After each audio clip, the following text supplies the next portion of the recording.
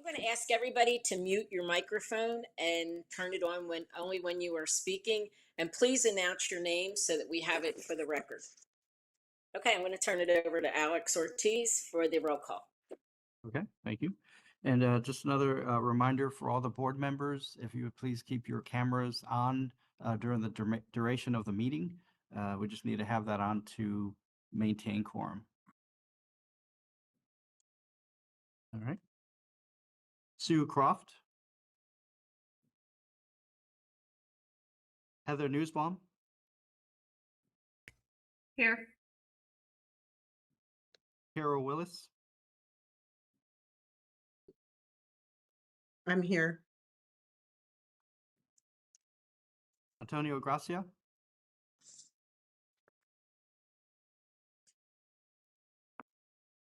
He's Mr. muted. Gracia. You're muted, sir. President accounted for. All right, thank you, sir. Mark Dauenhauer. Hello, everyone. Callie Morris. And Presiding Officer Carolyn Guerin. Present. We have a quorum, ma'am. Okay, very good. Thank you. We'd like to welcome our newest member, Mark Dauenhauer from Letterstein Conway. Welcome. We're glad to have you with us. Thanks. Okay. Next is the General Counsel training, and it's Chris Funderburg, the Assistant General Counsel. Yes, ma'am. All right, I'm going to share a screen. Hope please let me know if you can see this. Should say Massage Therapy Advisory Board. We have it. Yeah. Awesome. Okay. I'll just get started. Thank you, Presiding Officer Guerin, and also thank you to the rest of this board. We greatly appreciate your willingness to help the department's regulatory efforts. I'm Assistant General Counsel Chris Funderburg. I'm going to go through the open government training the department is required to give the board members every year. This training covers 3 statutes and each require transparency in government and public participation. These statutory mandates impact the function of each advisory board associated with TDLR in this presentation. The first statute that we'll discuss is the Open Meetings Act. While it's important to be familiar with all 3 statutes and their purpose, the Open Meeting Act is the most relevant to your duties as members of the Massage Therapy Board, so that's the focus of our presentation, though all 3 are important. The second is the Administrative Procedures Act, also called the APA, and the third is the Public Information Act, also referred to as the Open Record Act. We'll start with the Open Meeting Act nuts and bolts. It is in Chapter 551 of the Government Code. The OMA requires that meetings of government bodies be open to the public, and notice must be provided ahead of time to let the public know what the meeting will be about and where and when it will convene. The courts have held that the requirements in the Open Meeting Act are mandatory and to be liberally construed in favor of this policy of open government. There are 3 key terms associated with Open Meetings Act: quorum, deliberation, or alternatively discussion, and meetings. We'll start with the first term, quorum. A quorum is a majority of members of the advisory board as fixed by statute or rule. A quorum of a governmental body, including an advisory board or committee, must meet in order to take an official action.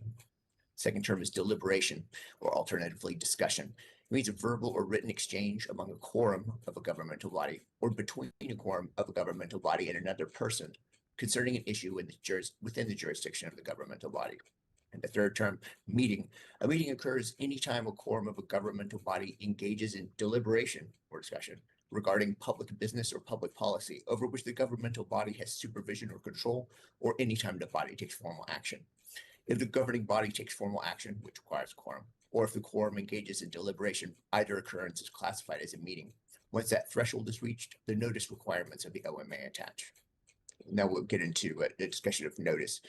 The Act requires written notice of the date, time, place, and subject of each meeting held. TDLR must provide this notice in the form of an agenda. Notice must be filed with the Texas Secretary of State at least 7 days before a meeting and must be posted online, both by TDLR and the Secretary of State. A board or committee may not engage in discussion about a subject not included in the agenda. This is why the board cannot engage in back and forth deliberation with public commentators, as the subject matter of that discussion is a variable and could not be specified in the agenda. Well, what about social functions, conventions, and workshops? If a board member engages in a verbal or written exchange about an issue outside the jurisdiction of the governmental body, it is not a deliberation. Thus, the public doesn't need to have to be notified about the deliberation, and that deliberation doesn't have to be an agenda item. If 5 members of the board meet at the grocery store and discuss the price of eggs, this isn't a meeting that requires notifying the public. Or if during the meeting, the board deliberates on where everyone wants to go for lunch, the lunch discussion doesn't need to be an agenda item. Keeping in mind that a meeting occurs whenever a quorum of a governmental body engages in discussion about an issue within the governmental body's jurisdiction. Can members ever meet in an informal setting without violating the OMA? Yes. Members are free to engage in conversation that is incidental to the event. However, this discussion will be subject to the OMA if a quorum of members involved and the members either engage in the discussion or make decisions about board or committee business or take formal action. So some key points to remember. Always be aware of any situation occurring outside of a properly noticed meeting in which a quorum of members is present or engaged in discussion. Do not engage in substantive conversations about relating to board or committee business or policy when a quorum is involved and you're outside of an officially noticed and scheduled meeting. And also beware of the walking quorum. Of course, the concept we'll discuss now. The formation of a quorum isn't limited to a specific time or location. Rather, quorums form through communications between board members. These communications can easily these communications can easily occur outside of a formal board meeting, and the communications can stack up on top of each other, often without the board members realizing it. This reality creates the risk of a walking quorum.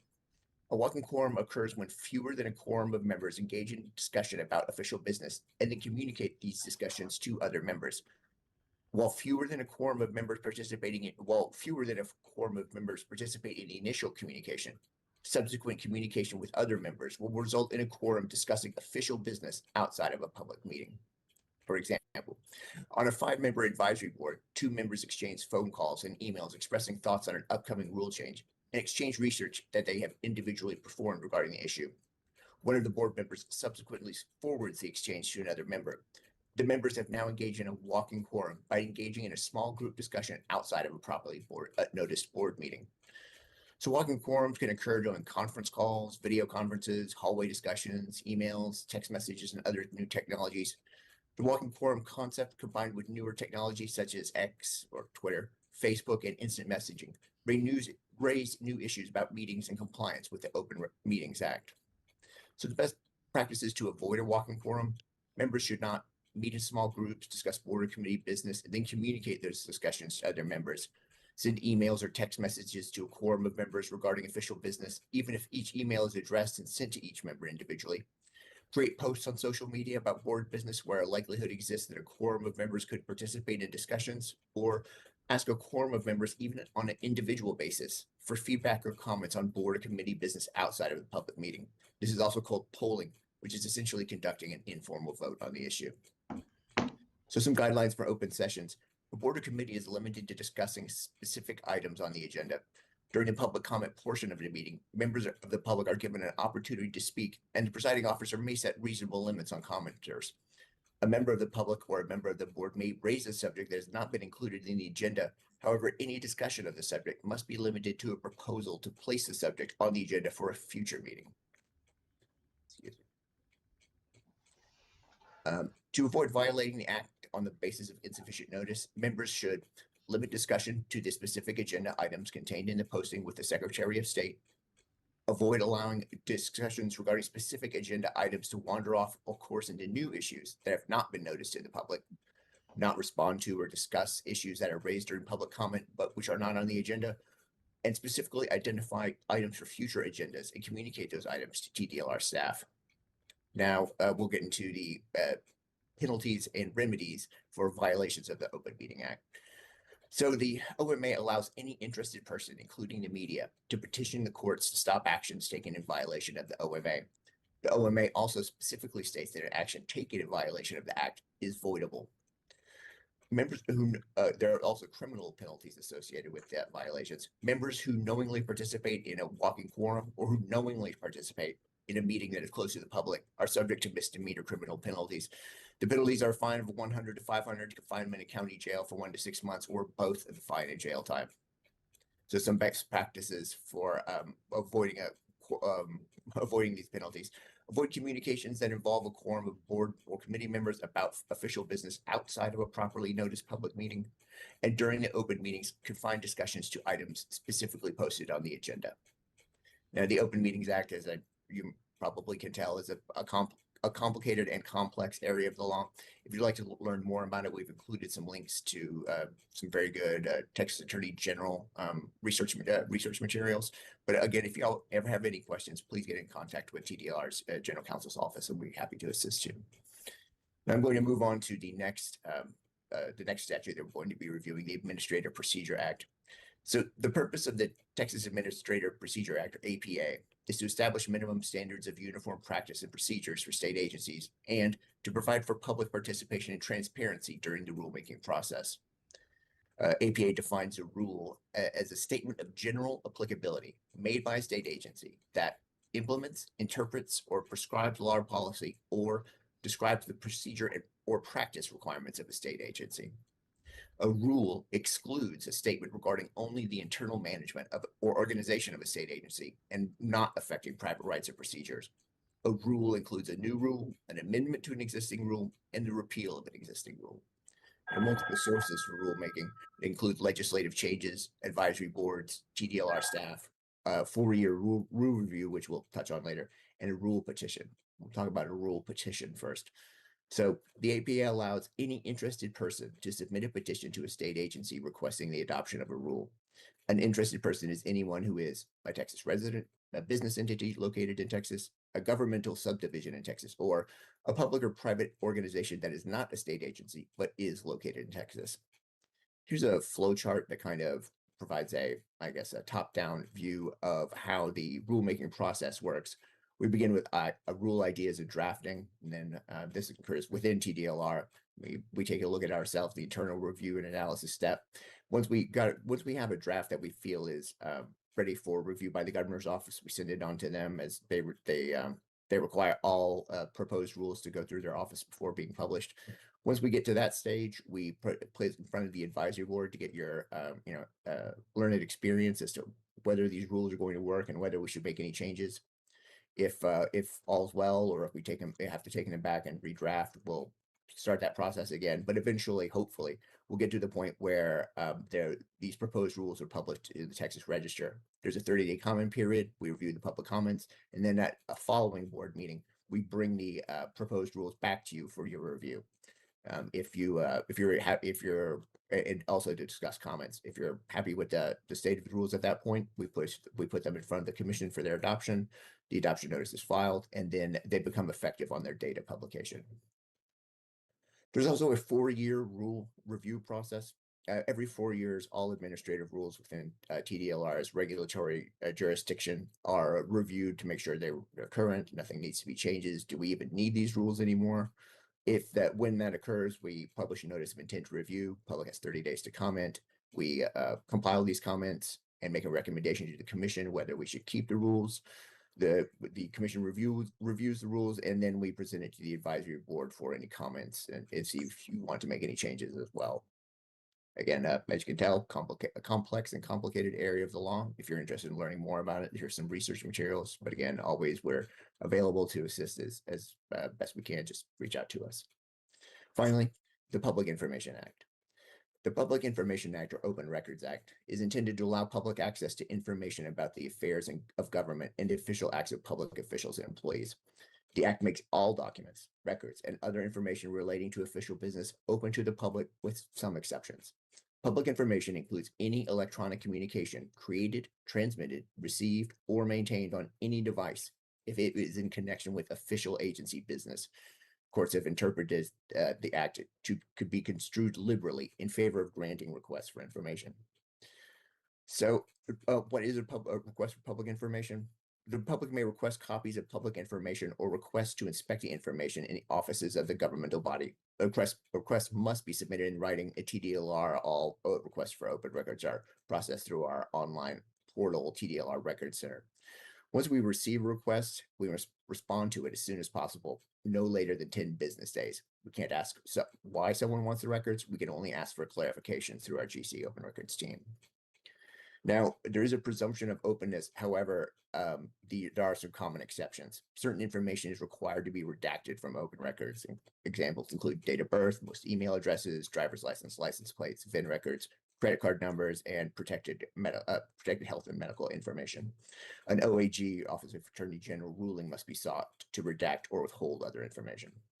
Now, in your role as advisory board, if you receive a written request for records or correspondence that looks like a public information request, please forward it to ASAP to the advisory board team, who will send it on to our open records team. If the open records team requests information from you as an advisory board member, please respond as soon as possible.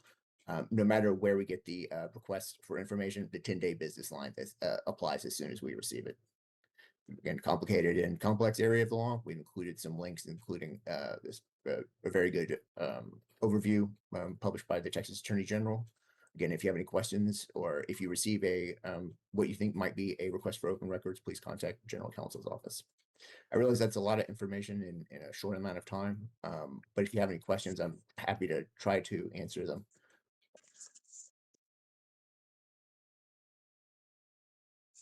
Well, Okay. hearing none, I think we can safely move on to the next item on the agenda. Okay. Thank you, Mr. Funderburg, for that information. Next, I call for a motion and a second to approve the meeting minutes of May 2nd, 2024. Gracia motions. Okay, please state your name. Antonio Gracia, Houston Police Department. I motion.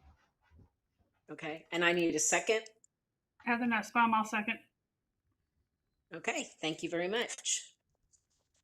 Now moving along, the Massage Therapy Advisory Board did not receive requests to give public comment during today's meeting. Ms. Guerin, Next, we'll move. Ms. excuse Guerin, me? I apologize. I apologize for interrupting. I can do a roll call for the meeting approval. Okay, Heather Nussbaum, Yes. Carol Willis, Yes. Antonio Gracia, Here.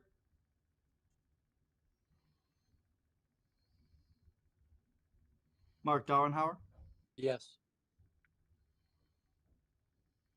and Presiding Officer Carolyn Guerin. present.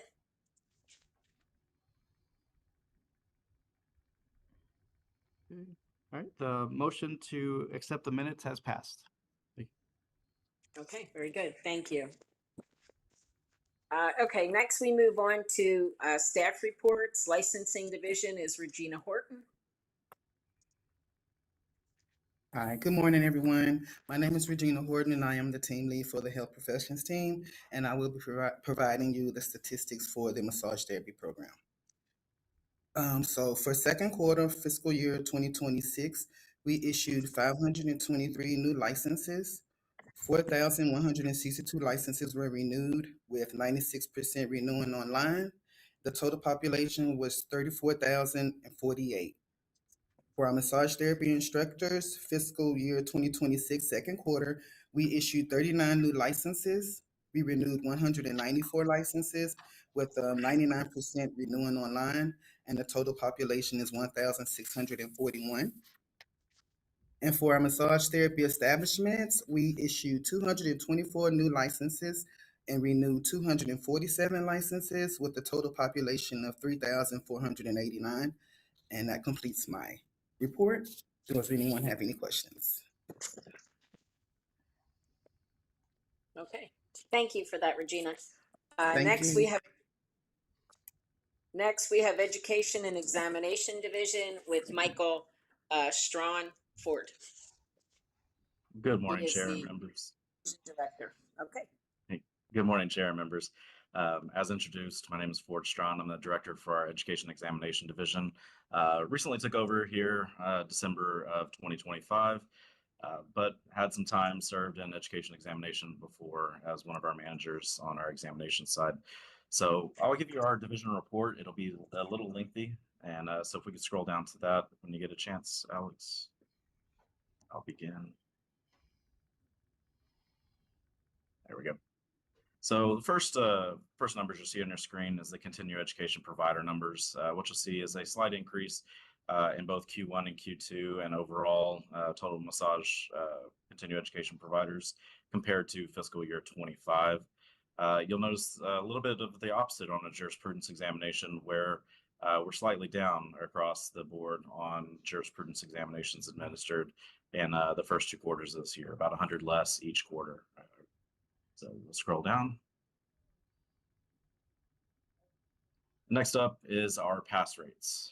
What you'll see on the left-hand side of your screen is the fiscal year 25 pass rate compared to the FY26 pass rate.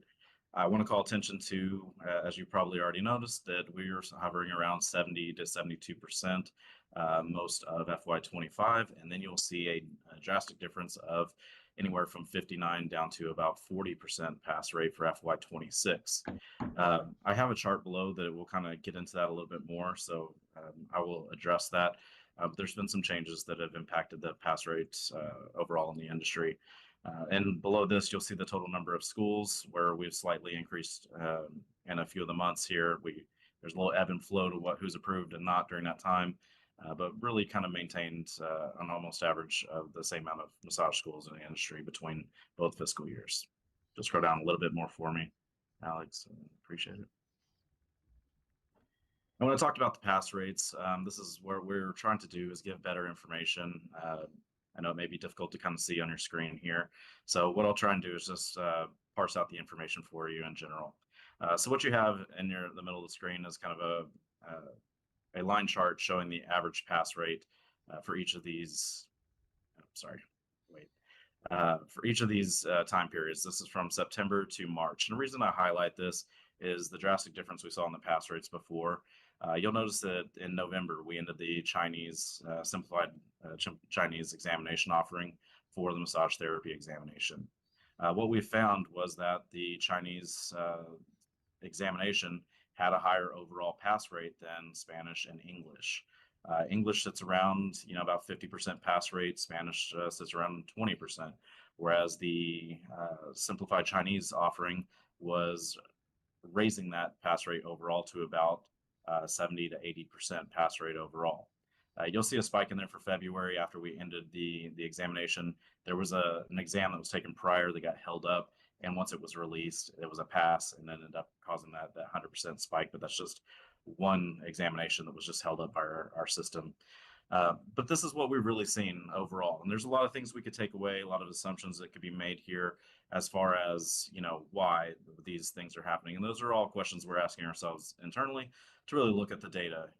There was some impropriety that was happening that was identified with schools and everything else that we have a report on here later.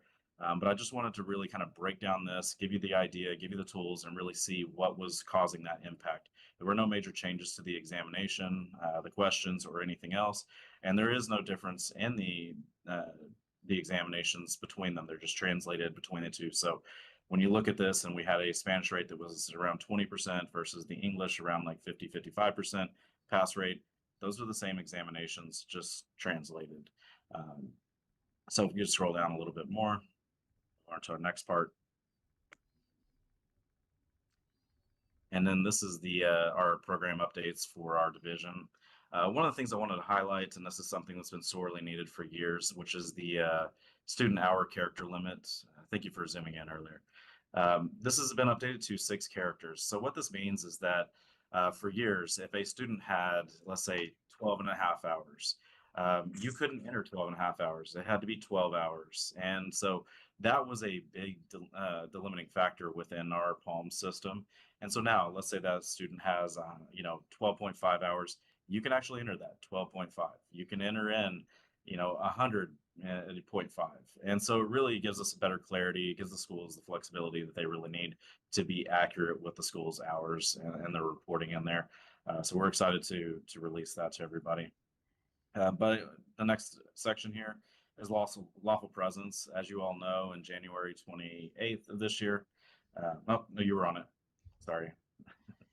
January 28th this year, lawful presence requirements came into into a factor. So basically, your student, if they do not have a social security number that they're submitting at the time, they will be required to submit their lawful presence documentation with us before they'll be able to get a massage student permit. And then continuing education, we wanted to highlight that while massage therapists are expected to complete 12 hours of TDLR approved continuing education course in order to renew a license, we do have a fairly new process where we're selecting individuals for audit. So your license is not going to be held up, but when you come up for renewal, you're going to be part of a selected CE audit process, be required to send in your CE renewal at that point in time if you were selected. If you're selected, you send in everything. That's all you really need to do. We'll clear you in the system. If there's an issue, we will let you know. You will receive contact, email, or letter from us, letting us know there's additional steps you need to make. But that's just a fundamental change to it. Instead of holding people's license renewal up, the audit's done kind of on the back end of that so that you can continue to renew. And we work with people to get their documentation into us during that process. If you'll scroll down a little bit further for me, please. There's the report below. We'll skip down to that. So here's our massage school closures portion from above, the attachment that was discussed. So essentially, the department has issued at this point in time an emergency or an executive order closing 4 massage therapy schools. These closures were based on the school being engaged in serious violations of law, rule, but those are not limited to anything such as fraud, falsification of records, conduct that compromise the integrity of licensure and examination processes. Most oftentimes, these executive orders were closed for, or the schools were closed through executive order for a multitude of these reasons. But as a result of these closures, TDLR was unable to automatically accept the education hours reported by schools for students. So anything that was uploaded previously, we had to take a harder look at. So students that attended the massage therapy school that was closed due to an emergency order are required to verify their education hours through a process that we have detailed. Those students, when they're impacted by emergency order, we're contacting them both via letter and through email. And we've continually built upgrades into the system for this process, where at first we sent them an email and a letter. We now have a dedicated student resource page so that people, if they lost their letter, misplaced it, they're able to go to that and get exactly what they need. If their documentation, the email addresses to contact us, send us their information. We want to be able to offer every student that was impacted by a school closure the ability to obtain their license or continue their education. However, we are asking them to submit everything to us with either, you'll see on the screen, completed affidavit of self-certification of those hours, verification of enrollment, questionnaire. So we're just trying to verify their hours that they're there. If we can get that information from them, we're making every faith effort to make students whole. We also have the option when students do not have anything or they know that they had partaken in a process that was not legitimate, they're able to voluntarily surrender all those hours. And what that means is it allows them to be able to move to another school and start their education appropriately with another school in our system. So we have all of those different options available to them. We're really trying to work with every student that contacts us to move them through the process. As I said, it's a good faith effort that if they're contacting us, we're going to help them get right in our system, get their education finished, and move on. Scroll down just a little bit further for us so they can see the rest of the report. And so I just wanted to highlight a little bit of that, not talk about every single thing that goes on, but as I said, if they're sending in their documentation, we're reviewing that, sending that to our AHT team, and they're making that determination. Also, as you'll see on the screen, the Federation of State Massage Therapy Boards has issued guidance stating that the individuals that have taken an NBLEX exam, their scores will not be invalidated unless they obtain a TDLR determination letter. So that's really kind of the process at this point in time. And then the last bit you'll see down there is that for any student watching this that may have not received their letter or missed it, you'll see the student.response email box on there. That is the appropriate area where they contact us so that we can help them verify their hours. And I'll close out by kind of just highlighting this. I know the agency closing 4 schools through executive order is definitely impactful. what we're looking at, please stay on that student response data there. And so what we're really looking at, and I wanted to highlight, is that we can look at something like the massage school permits from the school on the left-hand side. You'll see 2,236 massage student permits were impacted by these closures. So they're in our system. We have stopped them from progressing any further. And what you will see is the number of students that had responded to us and have moved through the process is only 131. So when we're talking about these closures and identifying these schools that are bad actors for all the reasons listed above in the report, this is what we're seeing, is that by and large, the total amounts that are responsive to us, that are making contact with the department to fix this issue, are a very small sliver of that total population that are through this. So with that being said, we do have an agenda item to talk about school closures in more depth a little bit later. So I don't want to get too far into this discussion at this point, because I think we'll answer some more questions later in agenda item I. But that concludes my report for this area, and I'm open to any questions y'all may have. Antonio Gracia, I have a question for you. When you say simplified, do you mean for the Chinese simplified test? Is it kind of like one of those tests that make it more easier for them to pass, or what? Because it doesn't seem fair that the regular students that take a course and then these guys get a simplified course just so they can pass. So Michael Strawn, Education Director. So good question. And I don't want the term simplified to mean that the examination is any different. What I was trying to highlight is that there are translations. So Spanish is a translation of the English exam, as is the Simplified Chinese. Simplified Chinese is a version of Chinese. That is the actual translation. Instead of being like Cantonese or anything else, it's actually called Simplified Chinese. It's a universal type translation. It does not mean the exam is simplified to be easier. That's the actual language for it. And another question has Antonio Grassi again. On some of the illegal acts that these perpetrators are doing, you're going to go into more detail about what kind of violations that they were doing at the schools? Because the reason why I'm asking is because when my enforcement group goes out and it writes these tickets, the code enforcement at these locations, a lot of these illicit massage parlors, they have, people say, well, I'm currently in school right now, but they don't have my license now. So they get cited for not having a massage license and stuff like that. And it kind of clarified that, what kind of violations that you are doing, like for these meetings, like for the regular board members to know, like, hey, what are they being cited for by a TDR, for what kind of criminal violations they're being investigated by, so they can kind of understand what's going on. Understood. Michael Strong, Education Director again. So we actually have an enforcement division that has those totals. My division, the Education Examination Division, are not effectively closing the schools. As the division that is issuing the licenses for them, I keep this data and everything else. But our enforcement division would have those kinds of details for you, sir, over the common violations that we're seeing within massage schools and establishments.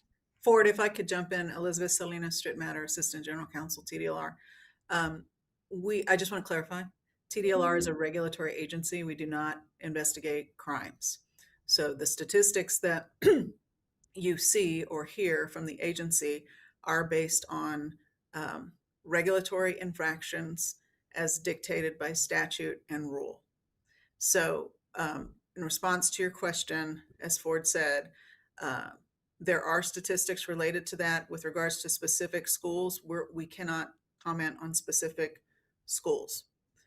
What we can do is give you a general overview, which I believe is what Ford did.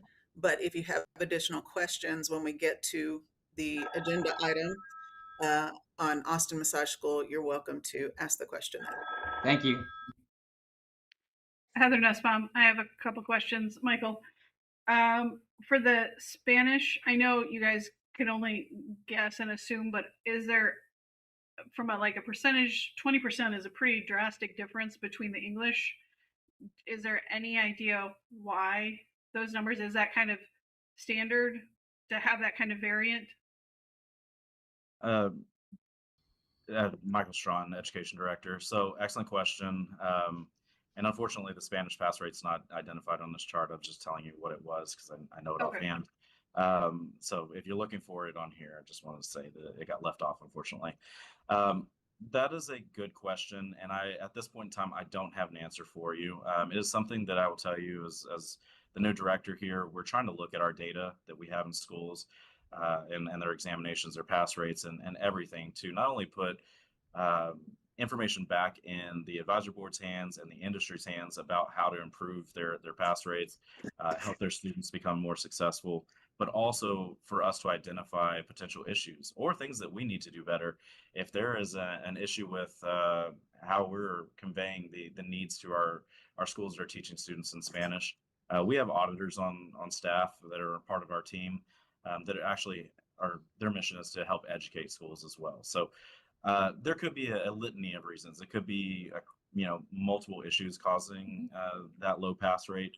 And it's something that we just came across into as I've started to develop statistics and this information.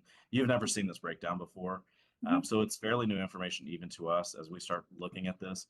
And I've challenged my division to increase our regulation, our oversight, and help these schools wherever applicable, and ensure that they're giving proper education to their students as well. So it's an area we're going to look at. I don't have that answer for you now, but I will work on getting you one.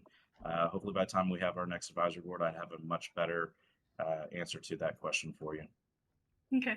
Well, and I know from a school standpoint, I know one of the things is that, I have students that are Spanish that they're probably going to take the test in Spanish, but they're not taught in Spanish. So I wonder if that, also could be part of it, is them doing that translation at a later date instead of during the education process. My second question was on the Palm, 6 characters. Is that 2 decimal places then? Yes, ma'am, it should be. Okay. Thank you. Okay, any more questions? Okay, thank you, Mr. Strawn, for that information. Next up is Customer Service Division, Patricia Castilian, the Customer Service Manager. Hello, good morning, advisory board members. I'm Patricia Martinez Castellan, a manager in customer service, and I'm sharing our contact statistics for fiscal years 2025 and 2026. For FY26, we see that customer contacts are pretty steady, with March being our highest month so far. We are at 2,368 total contacts by email and phone. Most of these contacts do continue to come in through calls, with email making up a smaller portion of the overall volume. In FY25, volumes were also pretty consistent throughout the year, with October being the highest month at 2,753 total contacts. Overall, our data shows that massage therapy continues to generate regular customer inquiries. These inquiries are primarily related to license status requests as well as new application assistance. That concludes the customer service statistic report, if anybody has any questions. No. Okay, thank you, Patricia. Thank you. Next up is the Enforcement Division with Rebecca Burkholder, the prosecutor. Good morning, board. My name is Rebecca Burkhalter. I'm a senior prosecutor with the Texas Department of Licensing and Regulation. I have your Enforcement Division report for you today. At the very top, you'll see the division's performance measures, which are reported to the legislature. These statistics are for each fiscal year, starting on September 1 and continuing through the month of March. So you can compare the same size set of data. I want to draw your attention to the performance measure called % of complaints closed within 6 months. You'll see that that number went down for fiscal year 2026. This is partially due to the increase in cases opened overall from fiscal year 25 to fiscal year 26. And so while the percentage of cases closed within 6 months may have decreased, the total number of cases closed has increased by over double, from 403 to 872 for fiscal year 26. The next section is the criminal history review for applicants who may have disqualifying criminal history. These cases are handled by our criminal history prosecutor team, and that team reviewed almost 4,500 applications and renewals in 2026. The next section details where the enforcement division's complaints come from, whether they are from consumers or from within the agency. You may notice we have a higher volume of complaints in fiscal year 2026, both from consumers and from the department, but this matches with the increase of complaints for all TDLR programs. Moving to the caseloads within enforcement, you'll see the massage caseloads increased about 40% from 2025 because we are starting the year with a higher caseload. This has also increased the number of orders that we have for fiscal year 2026. The orders issued are the end of the road for disciplinary action, and you can see the penalties have increased due to the increase in the number of orders. If we look at the penalties in consumer remedies section, you can see how many fines were our division assessed and actually collected. The penalties assessed and collected reflect an upward trend between the two fiscal years. This aligns with the increase of orders overall for fiscal year 2026. You can see we also had more licenses either suspended or revoked in 2026. Regarding cases closed without disciplinary action, Enforcement Division's goal is not only punitive, but it's to gain compliance with the laws and rules for the program. If a licensee can take corrective action, sometimes a case can be closed as informally resolved. Other cases, which may have been investigated, are at times closed because there's insufficient evidence that a violation occurred. If you look at the alleged violations at opening, hopefully this answers one of the board members' questions. These are the reasons a case is opened on the front end. To me, the more important statistic is the violations which resulted in disciplinary action. These are the cases where we took prosecutorial action. And then there are two case summaries starting at the end of page 4 for our report. The first case involves 2 violations, and these are kind of classic for the Enforcement Division: employing an unlicensed massage therapist and failing to provide the initial consultation form to a new client. And the second case involves failure to use clean sheets for a client. If you have any questions, I'm available to answer them.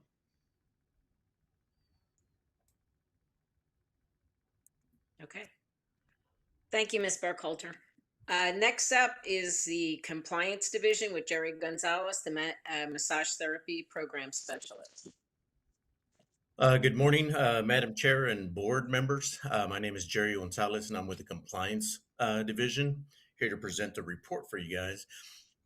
Really not a lot going on. Well, there's always a lot going on, but of major importance, we've got the massage rule review, 4-year rule review going on, as well as the strat plan that we have for the program that we're assisting with General Counsel and the rest of the division. We continue to assist the divisions within our agency in regards to inspections, complaints, hearings, and day-to-day phone calls and trying to answer questions for our licensees. Other than that, our outreach events, currently attending the International Congress of Aesthetics and Spa Show here in Dallas, and we're here to help all the attendees answer questions regarding massage and some of the other programs that overlap in the massage program. Other than that, if there's any other conferences, meetings, or anything, outreach events that you would like for us to attend, please do not hesitate to reach out to me and we can make arrangements. I'm free to answer any questions if anyone has any.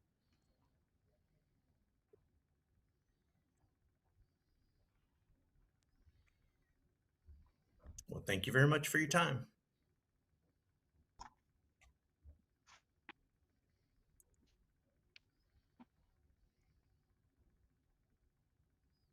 Ms. Guerin, I see you Oh, speaking, I'm but you're sorry, I muted. was muted. Okay, I'm sorry, I was muted. Thank you, Jerry, for that information. Next up is the Field Inspection Division with Fernando Reyes, the Regional Manager. Good morning, Advisory Board members. My name is Fernando Reyes. I'm a South Region Manager with the Field Inspections Division. I'll be giving you an update on the comparison of our division performance for fiscal year 25 to 26.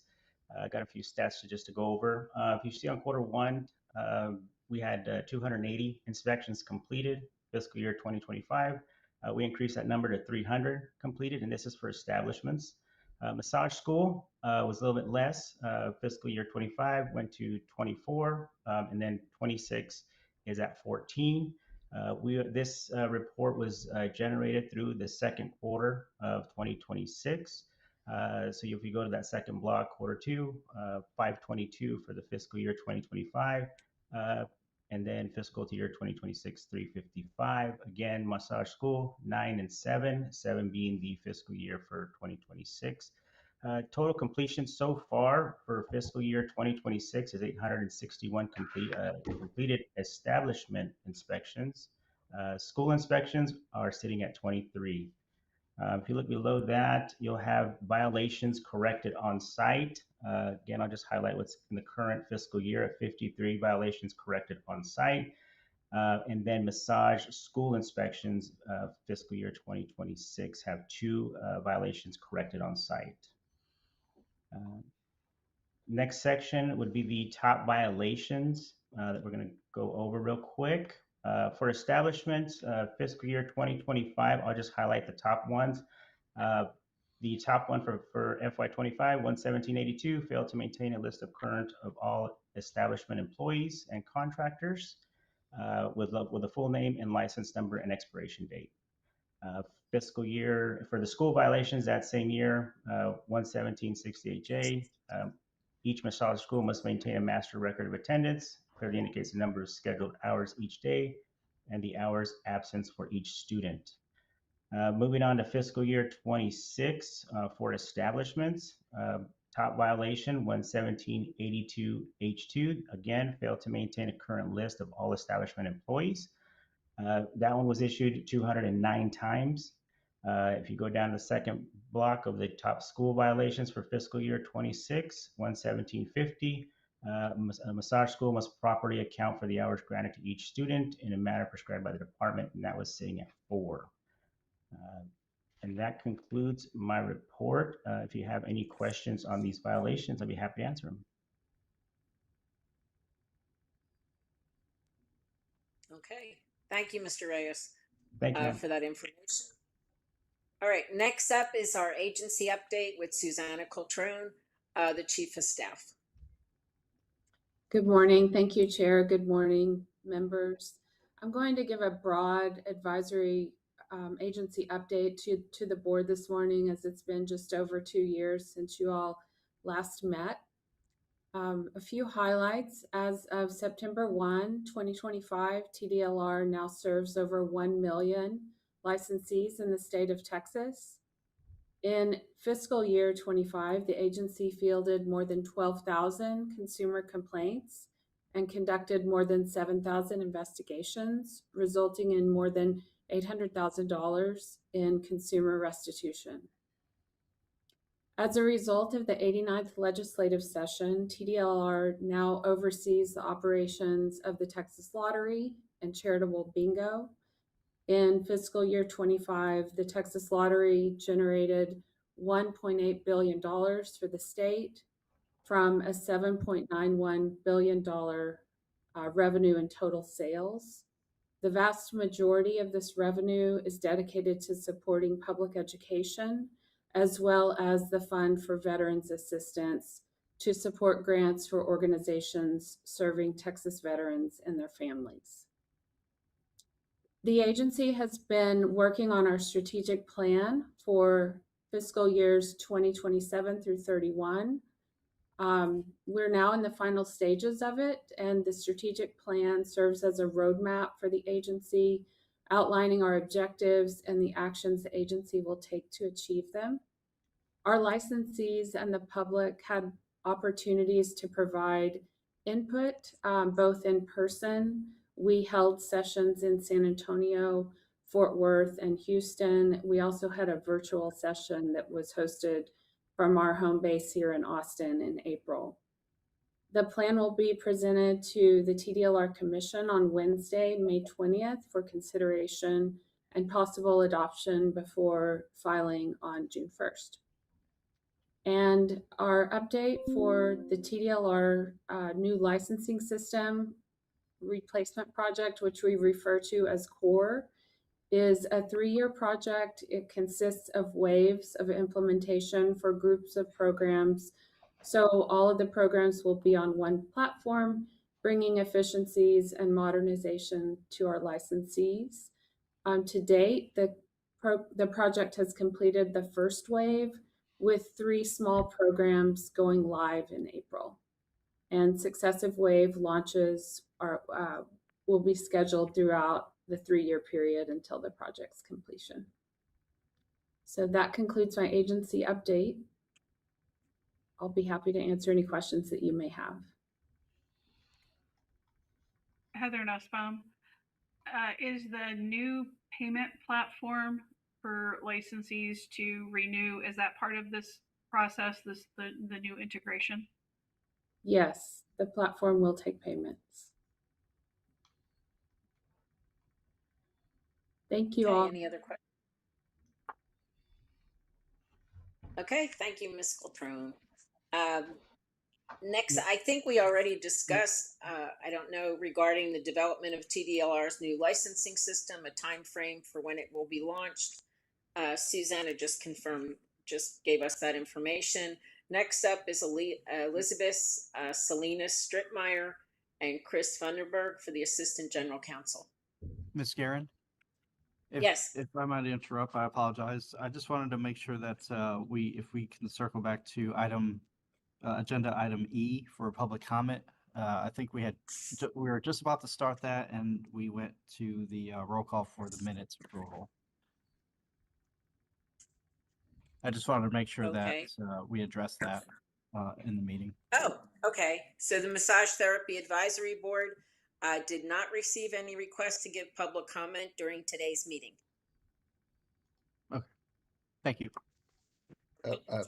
Chris Funderburg, General Counsel. Alex, I think we got a written comment though, right? Yes, sir. We did receive an emailed comment that was included with the board materials that were sent out to the members. Great, thank you. Yes, sir. Okay, we have Elizabeth Salinas Strittmatter and Chris Funderburg, the Assistant General Counsel, discussing regarding the 4-year plan, the 4-year review. Thank you, Ms. Guerin. Wanted to touch base with you a little bit this morning. We're kind of circling back to the training that Chris did earlier this morning with regards to rulemaking.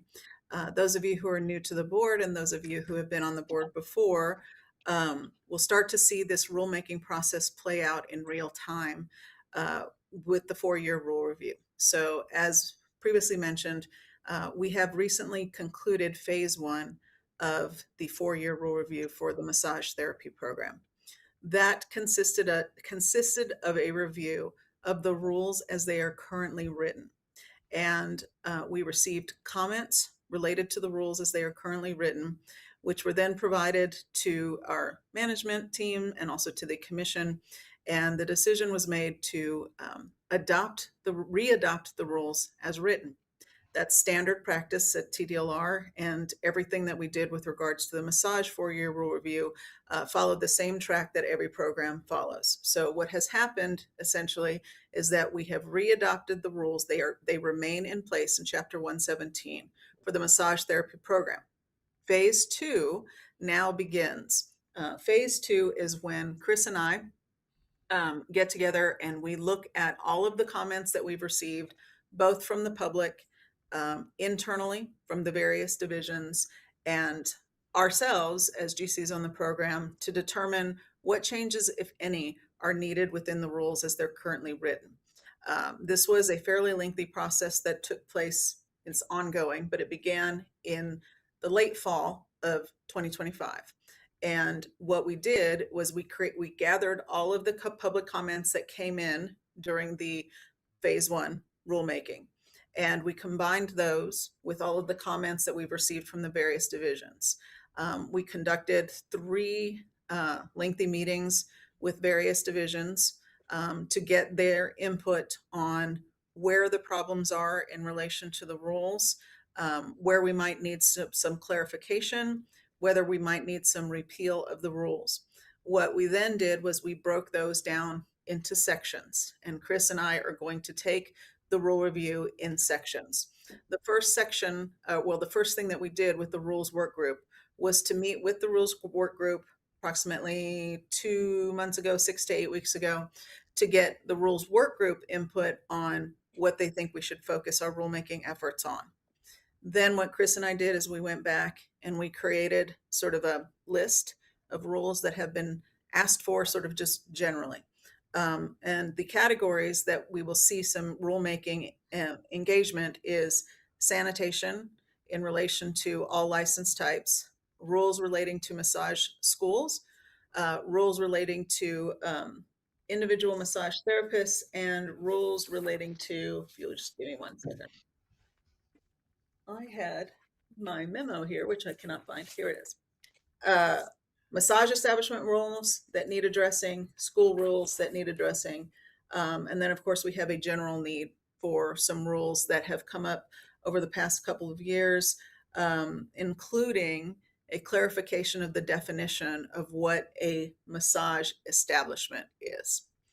During the course of the conversations as well, we talk about possible statutory needs, whether the massage school, whether the massage program's current statute needs some work.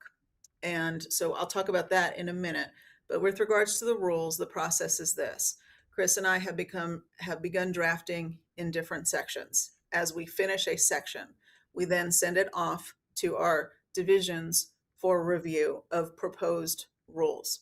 Once we get that back from our various divisions, we will then call a work group meeting to talk about that section of rules. After we talk to the work group, we might have to go back to the drawing board, might have to do some redrafting. If not, then what we do is we sort of put that off to the side and we say, okay, what is currently in process is the next section of rules. So then we will send that next section of rules over, and you'll see this repeated 4 or 5 times behind the scenes. What the goal is to create one large rule packet that addresses all of the rules in Chapter 117 so that we can do all changes at one time. This is a request that was made by management so that we aren't continually opening up the rules and we don't continually have this cycle of rules going through the entire cycle. And this is based on use of resources and needing to also have this process playing out in all of the other programs that TDLR regulates. So our goal is to create one big rule package, which will be worked on in increments with the rules work group. Once we are done with that entire package, we will then come into a board meeting, and you all will have the opportunity to discuss those proposed rules as a full board. And typically then what happens is you will decide whether you want to make a motion to go ahead and send those rules off for publication with the Texas Register. You might decide, we need some more work on this rule, and this rule. We want you to go back and work on those rules some more. You'll give your input. We will redraft those rules and we will come back a second time. Now, during the course of that, we might identify we may need to pull out a section of rules or a couple of rules because they need to be worked on independently. Maybe they need more work. Maybe they need more discussion with the work group. Maybe the board wants to see them separate from all of the other rules. There's a variety of things that can happen during the rulemaking process. So we will have in mind the one big rule package. However, we can take things out piecemeal if we absolutely need to. All right. So rulemaking is a very lengthy process. Once we get to publication, that is where the public and that is where non-board licensees will have an opportunity to provide comments on any or all of the rules that are in that rulemaking package. We will then come back with the public comments and we will provide those public comments to the board to have a discussion. And the discussion will be, are the rules as drafted, as proposed, ready to go to the commission, or do we need to go back and do some more drafting? Typically, rulemaking in our programs takes anywhere from 12 to 16 months, 16 to 18 months. This is a 4-year rule review, so it is a very large rule packet that you all will be asked to review and that the rules work group will be working on us with. We are hoping to hit probably sometime in 2027. We might have to hold on some of the rules pending legislative changes, but those decisions will be made as we get closer to the next session. But the good news is that we have heard concerns from your industry. We've heard concerns from our internal folks about the current draft of the rules, as you see in Chapter 117.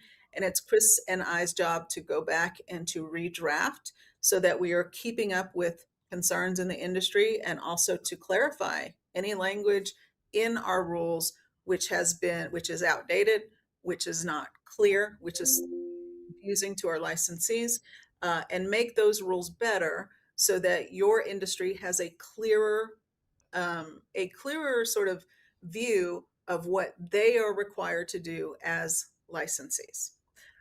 So I think that's pretty much it. Chris, do you have any other comment that you'd like to make about the 4-year rule review? No, Elizabeth did a great, Chris Wennerberg, General Counsel. Elizabeth did a great job of summing it up. I think we may touch on this a little bit when we get down to agenda item K about the AI in the massage industry. But no, I think as far as an overview of what we're going to be doing, I think you've got an excellent roadmap. And I just want to delve in a little more about session. So 2027 legislative session, that work is going to run parallel. Our work on rules doesn't stop. There might be some statutory changes made during the 2027 session. If that is the case, we will decide, and if those changes involve rules, then we will decide whether to hang on to the package so that we can get those rules in the package, or whether we need to push our larger 4-year rule review package before those legislative rules come in. So it's just going to kind of depend on what happens during session. And I did want to mention something that I mentioned to Caroline when we were talking with her last week. Session, as you all know, is important for all of the industries that TDLR regulates. And you just heard Susanna speak about all of the different strat planning meetings that we've had, that we've opened up to the public and to our licensees. One very important part of session is you all, your participation with your organizations.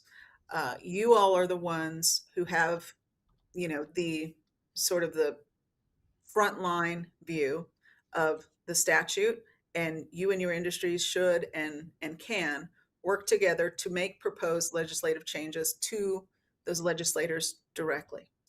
And that really is an important point for you all to remember. As an industry, you have a powerful voice. And so your associations play a big role in what happens over at the Capitol and what in turn happens with our rules. So we always like to encourage all of our industries and all of our licensees to get with their associations and to decide what your priorities are for the 2027 session, and how you all are going to move forward with your associations and begin dialogue with our legislators here in the Capitol. I think that's it, Chris. Unless you have anything else, I'll open it up to any questions that the board members may have about the rulemaking process. Chris Wennerberg, General Counsel. No, I have nothing to add. Okay, seeing no questions, hearing no questions, we will close that agenda item. Thank you. Thank you, Elizabeth and Chris. Okay, next we're going to have a discussion regarding the TDLR emergency closure of the Austin Massage Academy, AMA, and a review of efforts to assist the former students, with Michael Strawn Ford, Division Director, Lorraine Stroff, Accreditation and Certification Manager, and Elizabeth Salinas Strittmatter, the Assistant General Counsel. Ford, I'll just give a little bit of background to start off. Sure. So as you all know, one of the more recent shutdowns of a massage school that was referenced in a couple of the presentations that we had today from staff was the Austin Massage School. while we can't speak about specific details regarding that, what I can tell you is that the emergency order documents, which is a public document, which goes back to some of Chris's training on open records, that emergency order documents ongoing problems with falsification of records, failing to maintain daily attendance records, and not having monthly progress reports and other violations that were seen over the course of approximately two years. With that information, what the department did is they looked at those violations and said, is this something that we think is so detrimental to the operation of the school that we need to come in with an emergency order? And the answer internally was yes. So that is why that particular school was shut down. Now, I'm going to turn it over to Ford and to Lorraine to talk about what we are doing to assist the students who were at that school who would like to petition the agency to recognize the credit hours that they earned while they were at Austin Massage Academy. And what we're going to do is talk about our outreach efforts with former students and current licensees. And I believe we have touched on during Ford's initial presentation, he explained the process for sort of petitioning the department to get recognition of those hours. And we can kind of review that and answer questions that you have on that process. So Ford, I'll turn it over to you. Thank you, Elizabeth. Excuse me, just a quick reminder for all the board members to please keep their video on during the duration of the meeting. Thank you. Thank you for that, Elizabeth. Ford Strawn, Director of Education Examination Division. So I'm going to give you a short report on Austin Massage Academy. So Austin Massage Academy was closed by emergency order on December 8th, 2025, after findings of serious legal violations, including fraud, falsification of records, conduct that and compromise the integrity of students of the licensure and examination process, as you heard Elizabeth saying. Because of the closure, TDLR could not automatically accept the education hours reported by the school for those affected students. So all the impacted students were encouraged to visit the student resources page that I mentioned earlier that's on our website to review all of their available options, whether that's verification of their hours, providing us testament, any records they have, anything else. As I said, we're trying to make good faith efforts in anything that they provide us. The option to surrender their hours, and so really whatever they're looking to do, we're trying to help them. We'll answer every question they have, help them get their process, transfer to a new school, whatever we can do to facilitate them, we are doing that. And so that closure impacted 955 students from Austin Massage Academy. 563 of those were former students and 392 were unlicensed students. All students were initially notified of that closure and informed of their need to re-verify their hours. In February, we had actually updated that process to allow former students the option to wait and re-verify their hours at the time of license renewal. That change has been in place for some time. And again, as you went back earlier, as I was saying, the large number of these closures and the students impacted, we have a small select group that have actually responded to us. So as of April 29th of 2026, only 58 students had started the process with us. Of those, 47 chose to re-verify their hours. 38 had already received a determination letter from the agency, with that number likely higher to today. I don't have any updates since the last 2 weeks. And then there were additional 10 unlicensed students that chose to surrender their hours, and one licensed former student, so a licensee, that chose to surrender both their hours and their license. And as you heard, really our whole process here is, while there are bad actors, that were caught during this, we know that there are always potentially students that were operating in good faith, going to a school, doing what they should be doing. And those are the students that we're really trying to help and make sure that we make whole. So our team continues to streamline these processes, make it as easy as they can for us to contact TDLR, put all those resources on the webpage. As I said, outside of the initial emails and letters we're sending to them, we're putting this information on the website so they have that. They can go to it at any point in time. We had our email up there, so if they are impacted by this, we want them to contact us. If these students did complete their hours, we are going to give them credit for it. And I think that's the message we really want to send, and everything else is that our intent here was to protect the integrity of the massage industry, ensuring individuals that, who do not meet the professional standards are removed from that practice, and the students that had lawfully and correctly completed their hours are made whole and able to complete their education. With that being said, that concludes my report on this, and I'm open to any questions. Hi, Mark Dowenhauer here with a question. This can go to either Mr. Strawn or Ms. Strittmeyer. I'm curious to know, during that 2 years when AMA was being inspected, were they ever cited during that time period, during that two years? They were cited for a variety of violations in 2023, and the same violations were seen on reinspection in 2025.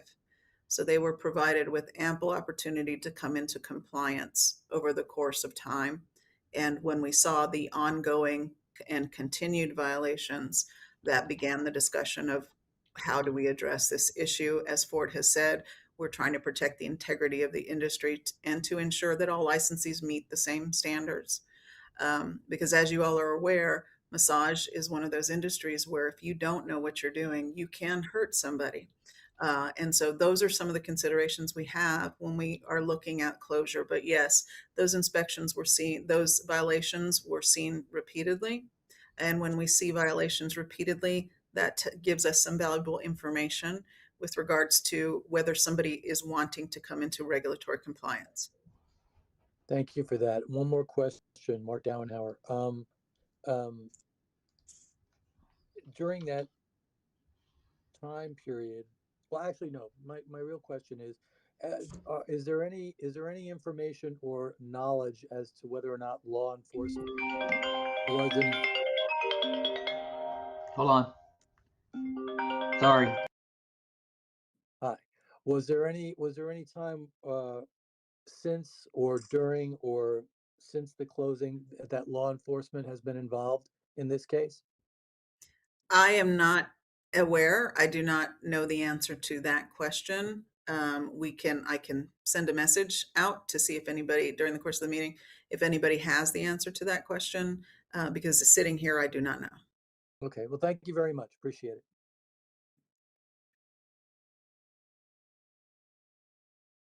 Okay. Thank you, Ford and Elizabeth. Next, we're going to discuss discussion regarding continuing education providers and the requirements necessary to become an approved provider. And we have Ford again and Lorraine Stroff, the accreditation and certification manager. Thank you all. Good morning. I'm actually going to turn this over to Lorraine, who is far more versed and articulate than I am on this matter. So, Lorraine, I'll let you introduce yourself and take it from there.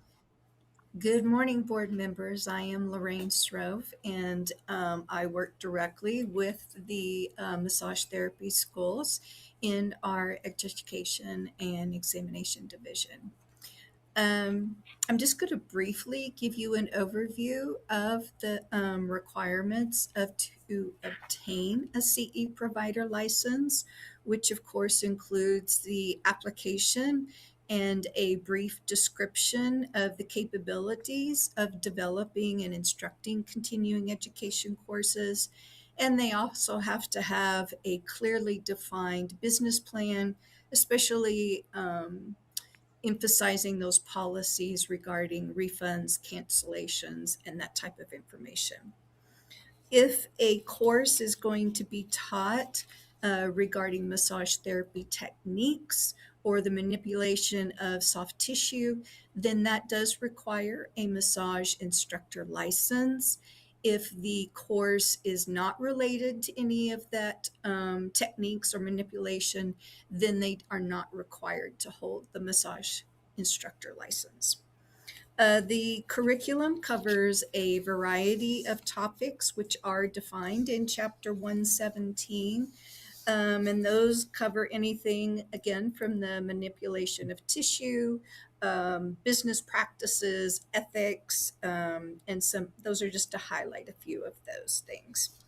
A massage therapy school is allowed to provide continuing education without a separate license. And the therapists themselves are required to have 12 hours of continuing education. And we do, which Ford highlighted a little bit, we do the audit process on those therapists. And this past calendar year, late 2025, there was 704 therapists that were audited. There was nothing of concern during those audits that need to be referred to enforcement. A few had problems actually just providing all of their documentation, but the team worked with them to obtain all of those certificates that were needed. The auditing process was done at the end of 2025, and then they will be doing that process again later this year, 2026. And so I just mainly wanted to give you a brief overview of the CE provider application process, and then give you an opportunity to ask any questions that you may have. And Michael Strawn, if I may jump in at the very end. Thank you, Lorraine. That was well done. I also want to highlight that on our website, if you go to the massage therapy page, the bottom left corner of that landing page is a website dedicated to continuing education providers for this industry. That's going to highlight everything, as Lorraine kind of said. So there's a lot that goes into it, obviously, as she explained, but it's broken down on the page. The requirements for approval, instructor requirements that she referred to, the curriculum requirements that she mentioned, a link to even the application itself, how to mark your student attendance records, and even how to renew your approval through us as well. So I always want to point to that as well. We're asked to provide this update today to kind of give some information on how to get a continuing education provider approval for us. And I just want to highlight that information is on the website. If you have any questions about it, please let us know. There's a link to contact our division on the website as well. And we'll be happy to make any changes for readability or add in any additional clarification that's needed. But thank you, Lorraine, for that excellent oversight. And Ford, Lorraine, if I can jump in real quick, Elizabeth Salinas Strittmatter, Assistant General Counsel. I wanted to input something that I always tell our licensees, which is if you believe that there has been a violation of the rules related to any of the instructors, any licensee, massage establishment, massage school, please report those using the TDLR reporting link on our page. We don't know about possible regulations unless we are out doing an inspection or we receive information from a complaint and it's then opened up into an investigation. So you all are eyes and ears to what's happening in the industry. And so please, if there are concerns about someone violating the statute or the rules, please send that information in through a complaint, and TDLR will review the complaint. If there is a basis for opening an investigation, enforcement will do so. Thank you. Heather Nussbaum. Elizabeth, then this might not be the right spot in the agenda, so we can shift it if we need to, but question, is there any protection for complainants that file complaints? So example, if somebody is a student and goes to a location and they offer them a job as a therapist and they want to file a complaint without potentially future damaging their ability to be a massage therapist, is there a protection for them to be able to file that complaint and give information without detrimentally affecting themselves?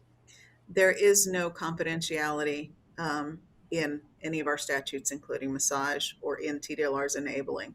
So I think what you're getting at is, if a complaint is called in and results in an investigation, will the respondent ever know that Elizabeth made the complaint? Potentially, yes. And why I say that is that because we don't redact the names of the reporters or the complainant, that information is in the files for the investigation. So if there is a finding of regulatory violations made against someone and an NOAV goes out, notice of alleged violation, and that person wants to litigate that, then those records are going to be open to that litigant, and they are open for disclosure during an open records request as well. Now, do we provide personal information related to location, address? Those are redacted pursuant to the Public Information Act. So we do our best, but with regards to whether someone's name can be redacted, they are not, because there's no statutory protection at this time. I guess slight variation on that. If an individual, again, say a student, a massage therapy student, it gets a job at a location as a massage therapist, and they then realize they're not allowed to do that.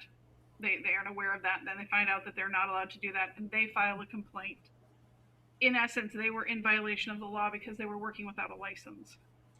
Will they have repercussions against them in the fact that they realized they were in the wrong?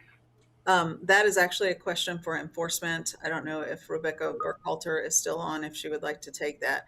That is really something I think that enforcement and the agency would look at as, do we really want to cite someone for violations if they didn't know? That's kind of a catch-22 for us, right? Because the rules are the rules, and you're responsible for knowing and reading the rules. And there is a portion of the testing pre-licensure, the Texas jurisprudence exam, that requires you to know both the statute and the rules and what you're allowed to do and not to do. So I actually don't know whether enforcement would pursue that. I think they probably would look at it very closely and make a determination based on the facts as they exist in that case at that time.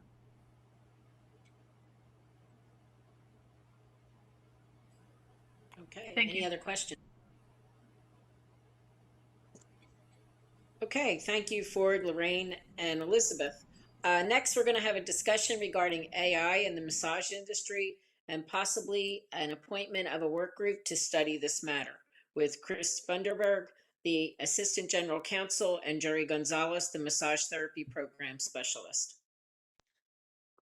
Yes, thank you, Presiding Officer Guerin, and also thank you to the rest of the board. If it needed to be said, obviously artificial intelligence and its use is impacting every area of our personal and professional lives. I'm the Assistant General Counsel assigned to the Behavioral Analysis Program, and that the advisory board for that profession took an interest in AI early on, and we've just in the process of getting some new rules governing the use of AI in that profession published. But really, it's not just behavior analysts; it's every medical profession, and including massage. And so, what we're seeing, and Jerry has more insight into this. I don't know if it's a problem yet, but it's definitely a growing issue. The use of AI as a supplement, or in some cases a replacement of a person performing massage therapy. And since the advisory board is our ears on the ground, we think this is an issue that's not going to go away, and we want to get your input via a work group so that we can decide how we want to proceed. Do we need new rules? Do we need to do statutory changes? But I'll let Jerry kind of give you all a little more context. Yes, good morning again, board members. Jerry Gonzalez with the Compliance Division.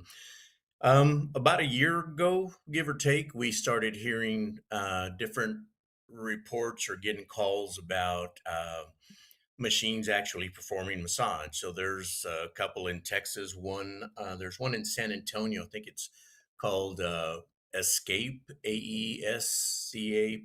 type deal. And basically it's robotic arms or nubs. And you go in, you have to wear a special suit, pants and top that have like sensors on it. The system digitally takes pictures of your body all the way around, and then you lay on your stomach in the prone position, and there's apparently a machine underneath where you lay your head, and you can see the controls to adjust the pressures and what side of the body you may want more assistance with or anything. And then it goes and does the massage for you. I've done a lot of research and reading, and from what I gather, the systems are limited in the sense that they only work on your back. You're not going to flip over and do the front side. You can't get specialized deep work on shoulders and neck area. And they don't work on the scalp, hands, and feet is the other one that I've seen is an issue with this. We started way back when with the massage chairs that are airports and malls and all that. And our statutes currently and still read for an individual. So that was never an issue. But now this issue is progressing and getting into a wider variety of, I guess, availabilities and what's out there for people. So with that comes safety concerns. This outfit or suit that I mentioned, do they wear nothing underneath, and how do they clean or disinfect, sterilize that? What happens? You have a power outage. What happens to the machine? What if you press the wrong button? Is it going to go deeper than anticipated? So there's a lot of, questions that, there may be answers, but this is something that I think we may want to start thinking or looking into for that possibility where there's more and more popping up. We also have AI in the sense that there are, I guess, massage businesses and services that may use just an AI assisted audio to book you to one of these places or to an actual massage therapist. So again, who has accountability? Who has responsibility if something goes wrong or not? So there's just a lot of little questions that come to mind that GC, myself, and the agency just wanted to bring this out to you early enough to maybe discuss and see what direction we may need to go to start thinking in that direction. Again, there may be nothing right now. Our information is our statutes, individuals, it's people. But at the same time, there needs to be some type of accountability for machines or AI and who's, I guess, responsible for setting them up. Okay, thank you, Jerry. I just wanted to piggyback on that real quick. I think this will probably, it's an excellent discussion. We need your education experience to really navigate this issue well. And so when we get to agenda item M, when we're talking about appointing members to work groups, we're going to ask that this AI topic be included as one of those work group discussions. Elizabeth Salinas, Sturt Matter, Assistant General Counsel. What I think would be interesting is we'd like to hear from you guys. We'd like to hear what you're seeing with regards to AI. What is your fear with regards to AI?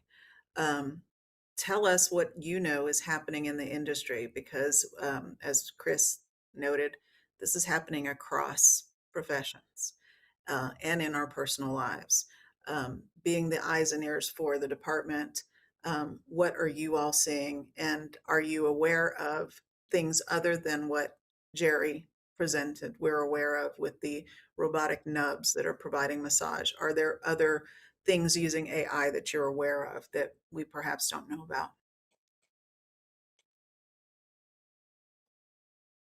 No, I'm Caroline Guerin. I have a question about the robots. Okay. They're doing manipulation of soft tissue. Does that require a license? Well, and You know, again, who Jerry has, Gonzalez with the compliance, as I mentioned, and when I spoke it, right now, the way our statute reads, it's an individual person, whatever. So it specifically talks about a human being. And that's how we regarded it initially. Again, when we had those automated massage chairs that they have at the airports, at malls and everything. It's doing the vibrations, doing type of massage, but it was determined at that point that it was not an individual, a person actually doing it. And that's why there was never anything, for the businesses, for the machines, or having to know where they were at or anything like that. And then again, this is one of the things to keep in mind in this rule revision or rules meeting. How do we address machinery that is not individual, and to what extent? I point to the definition of massage therapist, a licensed massage therapist. It says a person who manipulates soft tissue. So it is specifically in the statute that is a person too. We think that that may box in the industry. And as I mentioned earlier, session is coming up. That may be something that you and your associations want to address. Mark Dowenhauer with a comment regarding to the chairs that Mr. Gonzalez mentioned. So from an anatomical standpoint, from a physiological standpoint, from a circulatory standpoint, massage chairs like the ones you would find at the old Brookstone or Sharper Image, if you're old enough to remember that. Those were incredibly superficial circulation-based instruments. With the A-Escape model, which I'm unfortunately very intimate with, it is much deeper soft tissue manipulation to the point where it can be bone contact. Also ligamentous and tendinous contact. This can potentially be dangerous. I have a good friend of mine who fixes AI forklifts. He says when they fail, it's catastrophic. So this is the same circuitry, essentially. So for the end user, ultimately, this could be incredibly dangerous. Also, for us as massage therapists and as school owners and instructors, nothing beats human touch. There is a very important aspect of what we do, and that is human connection. So while, yes, the rule says a person or persons performing these particular strokes, I think we really need to work together to protect the end user. Thank you. Yeah, and Jerry Gonzalez, Compliance Division again. Just to touch on what Mark mentioned, and I was going from extremes because when we first started, or anything automated of sorts, was that chair massage. But now we've gotten to this point with those robots, and that was initially when I first saw the video and did some research on it, was our concern. When it goes wrong, power goes off. Does it reboot and just go straight at you? Someone hits the control buttons more pressure instead of light. What happens? How do you pull the plug to stop and not hurt somebody? And so those questions we kind of brought and talked among ourselves. That again, we realized the fact that the statute does read a person or individual, and why we thought it's time to start thinking about it to be able to include these types of AI and machinery that are coming out. I will say, because we have talked about this at length within the department, certainly within the general counsel's office, this is one of those situations that I do not believe can be addressed in rule. I believe we're going to have a statute change because of the definition of a massage therapist. I did look at last year, is there a way to do this in rule? I do not believe that there is. So that being said, again, the importance of the industry speaking up to your representatives, the importance of looking at how the statute defines what massage therapy and what a massage therapist is. One of the concerns that I'd have, which has not been mentioned, is these robots, are they standalone sort of establishments that where a human being is not present? Do you go in, pay the money to a machine using your swipe card, and then you go in, you change, the directions come up on the screen, and you do it? Is there even a human being present at the site? Does there need to be a human being present at the site? Those are all of the things that we need to consider.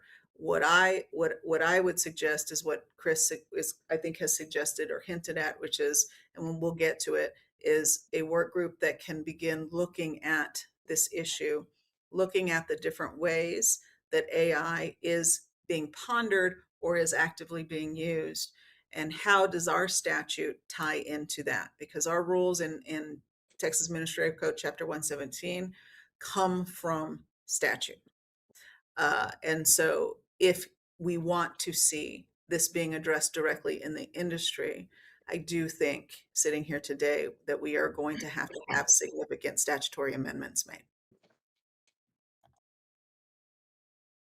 Okay. I just want to add one thing, Caroline Guerin. My fear is you have someone on your table, there's not a human being there. I know some of them do have them in the office, some of them do not. You walk in, like Elizabeth said, and swipe your card. They have a stroke. They're unconscious on the table. No Exactly. one's there to help them. Yeah, That's and my biggest fear with these things. yeah, Jerry Gonzalez with the Compliance Division, and that's one of the things we discussed, as well as, you know, the individual in the room, how much training, be it massage, first aid, what they would need to be in the room. Is it someone that just knows the machine and knows where the power switch is? Well, if something goes wrong, how do you assist that individual, that client that's underneath that AI machinery or not? And so those are things, again, to consider when this work group gets together and starts talking about it. Because I think there's going to be dominoes. We think of this, and now we thought of, like Elizabeth said, there's an individual. Okay, now what does that individual need to have? How much responsibility or not? Does the owner of the machine get the first accountability issue as a business, or the person that was there? And how much training is involved? The sanitation, as I mentioned earlier, this machine, you have to wear that top and bottom because it's got all the sensors. Does a person wear it with clothes, without clothes? Even with clothes, how do you sanitize? How do you clean it, disinfect it? And so there's a lot of questions that domino into what can be a part of this rulemaking for that. But I think concur with Elizabeth that I think the definition, the statute needs to be changed to get it away from a person, or to include something else besides a person. Are you all aware, as we sit here today, are you all aware of anyone being hurt by the use of AI currently in in Texas in the massage industry? Mark Dowenhauer here. As of this point in time, no, I have not heard of anybody doing that. I know that one of the franchisees recently contacted me and told me that they were abandoning all AI related use of the A-Escape model, and were not pursuing that any further. This came after me letting them know that they would no longer be invited to my job fair here at the school, because I can't be affiliated with a brand that does that.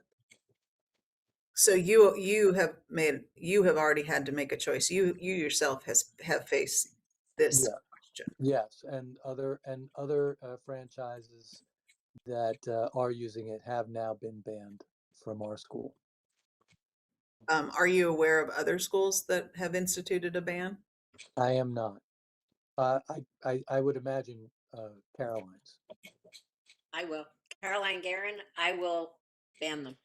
I just found out there's 2 that are operating very close to my school. So they will no longer be getting anything from me. I know there's Jerry Gonzalez compliance. I know there's a San Antonio one because that's one of the articles. There was a couple in the Austin area. I think Plano and Richardson was the original one on the video that I received way back when. So I know that they are around in Texas. Just how popular, or how, and again, you go into, I guess, the use and what the client is looking for. Because again, it's a one-sided thing. You're only doing the back, so there's not a lot of people, I think, that jump into it. It's more the novelty, I think. But that's just my personal opinion. Because if you're in for a massage, you want hands, feet, deep tissue, your necks, get something done, and not just a machine on one portion of your body, which are some of the cons against the automated massage machine like that.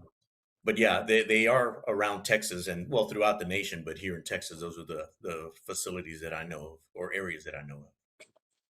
Yeah, there's one in Spring and one in the Woodlands. I just found that out this week. So Yeah, I will Mark find out. Mark Dowenhauer again. I have to agree with Ms. Stridmeyer, Matter. I'm sorry.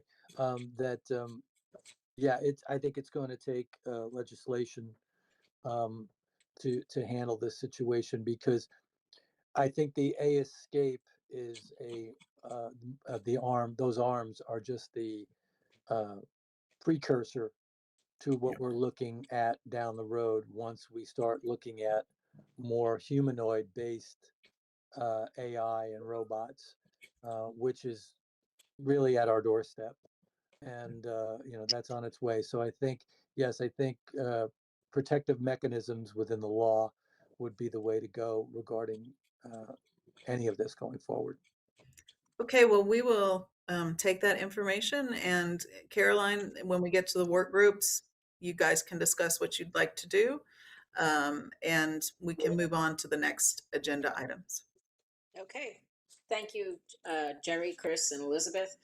Thank you. Discussion regarding verification of work authorization in all TDLR programs and recently enacted rules on this matter. And we have Caroline Espinosa, the Director of Strategic Communication. Good morning. I'm Caroline Espinosa, Director of TDLR's Office of Strategic Communication. As many of you know, TDLR has implemented a lawful presence verification process for license applications and renewals consistent with federal law. The policy was implemented on January 26th of this year, and the Commission adopted a rule that went into effect on May 1st to formalize the process. As part of the licensing process, applicants will be asked to provide a Social Security number when they apply for a new license or are renewing a license. If an applicant does not have a Social Security number, they may be asked to complete a Social Security number status certification form and provide proof of eligibility from a list of acceptable documents available on our website on the Verification of Lawful Presence page.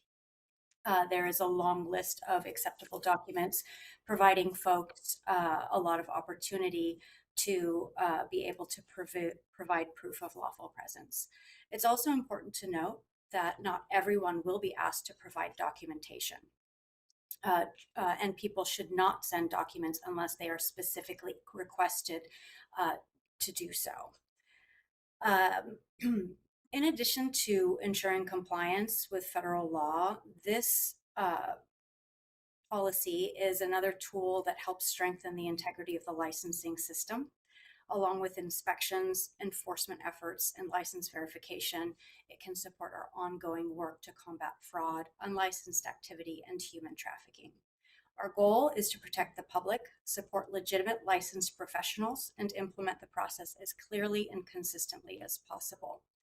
I'm happy to answer any questions that any of you may have about our verification process. This is Heather Nussbaum. On the verification process, how will individuals be notified just so that we have an idea of what would be a legitimate notification versus a fraud attempt? Yeah, they will be contacted mostly by email in response to their application. So if they do not provide a Social Security number, or the Social Security number we have in our system shows signs of not being valid, they will be contacted normally by email. Okay, thank you. And it will be an individual contact. It won't be a mass email in that sense. Okay, thank you, Caroline. Okay, no more questions. Okay, we're going to have a discussion with Chris Funderburg, the Assistant General Counsel, on work groups and possible assignment of task. Chris Funderburg, General Counsel. Yeah, as I had a bit of a discussion that I left out of the open meetings presentation that I think is useful to kind of set the stage for these work groups. So if less than a quorum of members discuss an issue within the jurisdiction of the governmental body, then takes no formal action. This discussion is not a deliberation. Thus, the OMA requirements do not attach. Excuse me.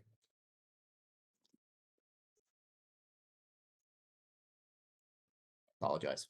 For example, the board may want to research and analyze a specific issue of interest to the profession within the board's jurisdiction. In that event, the issue may be assigned to a work group comprised of members of the board and department personnel. If the number of board members assigned to the work group is less than a quorum, the work group can meet without triggering the OMA's notice requirements.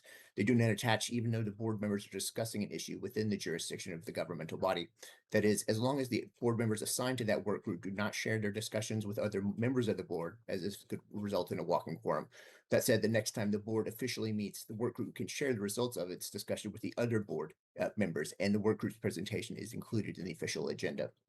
Typically, the way that this takes place in advisory boards is we have the classics are an enforcement work group, a rules and rule development work group, and a standard of care work group.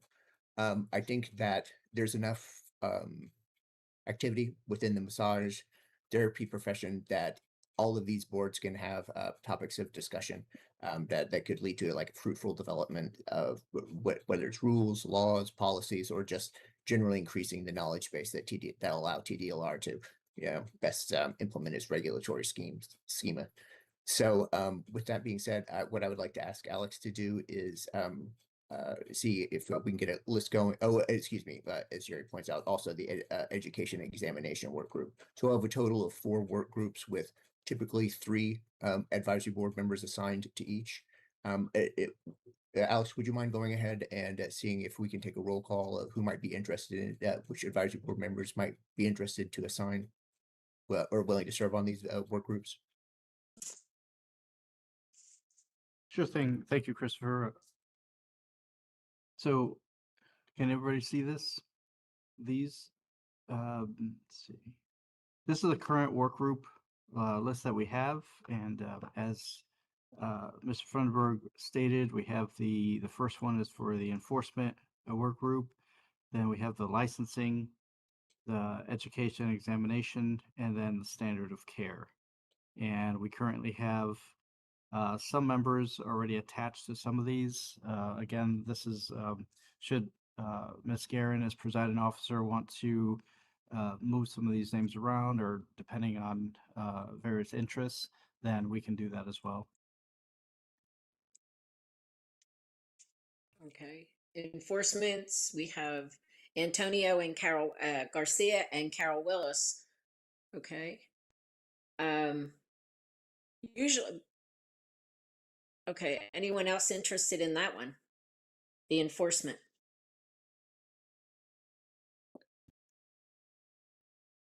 Mark Dowenhauer here. Yes, I would be interested.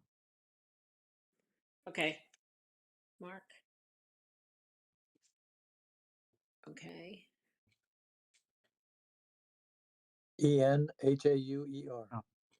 Oh. Thank you, sir.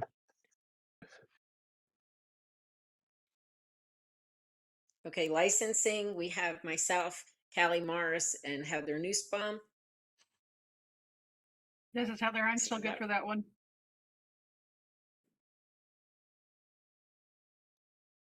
I'm sorry, I didn't get that. I said this is Heather. I'm still good to stay on that one. Okay, very good.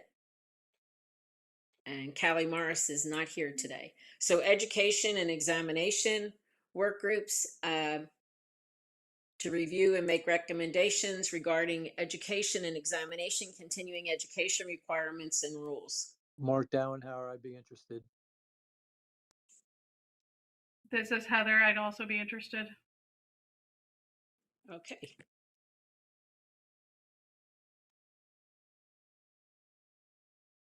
Okay, very good. Thank you. So the next one is standard of care, work groups to receive and make recommendations regarding standard of care matters and rules. Myself, Heather Nussbaum, and Callie Morris. Okay, that Well, was thank you. easy. Thank you. Painless. Thank you, Chris Vandenberg, General Counsel. Thank you, Will. But after the advisory board meeting, we'll probably be General Counsel and the representatives from these associated divisions will be reaching out to you with probably a list of topics to discuss, and then we will start scheduling meetings so we can start gathering your information and hopefully implementing it into some sort of policy or rule. Okay, very good. Chris, Thank you. Caroline, Yeah. if I can just jump in real quick, are there any other work groups other than the 4 that you've presented that you want to start? Jerry Gonzalez with Compliance Division. Elizabeth, I was going to semi-ask the same thing. Is the AI discussion that you'd like to have part of the standard of care work group, or do you want a separate AI work group for that? I know they kind of work intertwined, but as you all mentioned earlier, they all kind of overlap on each other with how it affects. So it may be good to have a separate AI work group because it does overlap with all the other work groups that we have. But that's just my opinion. You all run it. No, Chris Okay. Vandenberg. While we in the behavioral analysis, we this was the standard of care work group. I agree with Jerry. I think that the issue here is overlaps with a variety, more so than in behavior analysis, overlaps with a variety of other topics. So yes, I think a separate AI work group would be a good idea. This is Heather Nussbaum. I would agree from the board side that a separate group is advised. Mark Dowenhour, I would agree as well, and I'd like to volunteer. I would too. Caroline Guerin, I would like to volunteer for that one. And Mark? Yes. And Heather, are you interested in that one? I'm good on the 3 I'm already in. Okay. Carol Willis here. I will serve wherever you need me. So if you want to put me down for that one, I'm okay. Okay. Was that Carol Willis? Yes, Carol Willis. Okay. Very good. Mark, Caroline, and Carol Willis for the AI group. Okay, I've got them down. Caroline, before you move on to the next agenda item, I just wanted to answer Mark's question quickly. I got a response that no law enforcement was involved in or is involved in the AMA shutdown. Thank you very much. Okay, next up, does anyone have any recommendations for the next meeting? Are we talking about time?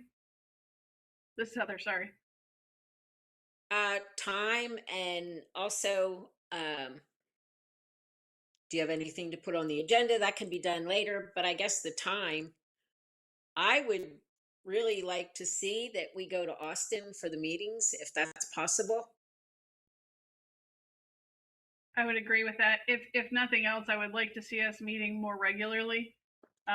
Almost 2 years. I mean, as a board member, it's very disconcerting to have somebody make a statement to me and I have to reach out to TDLR to make sure a rule or something didn't change because we haven't had a board meeting to discuss things.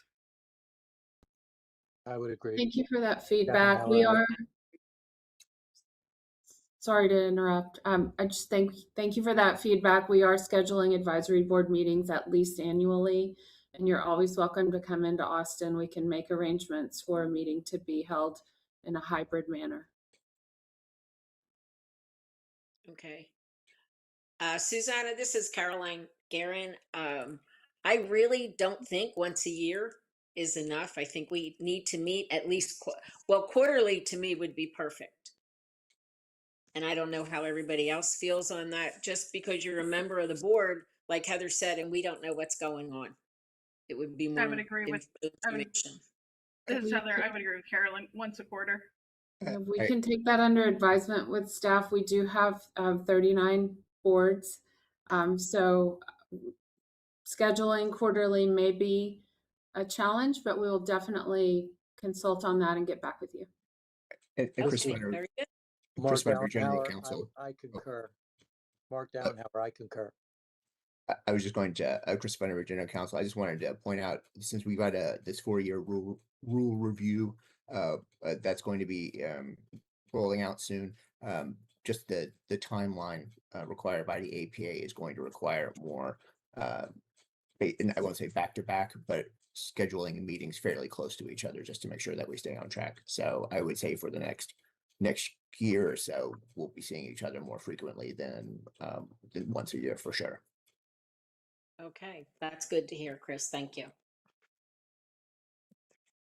Okay, do any board members have any recommendations for the next meeting as far as the agenda?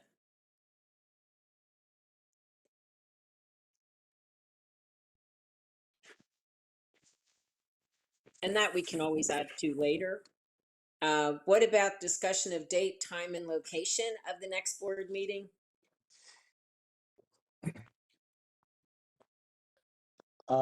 Mark Downhauer here. It'd be great if we could do something in Austin in person and, you know, as they say, shake each other's hands, press the flesh, and, you know, all be together. Okay, staff will poll the board at a later time for future board meetings, for the future board meeting. Okay, anything else? Anyone have any questions or comments?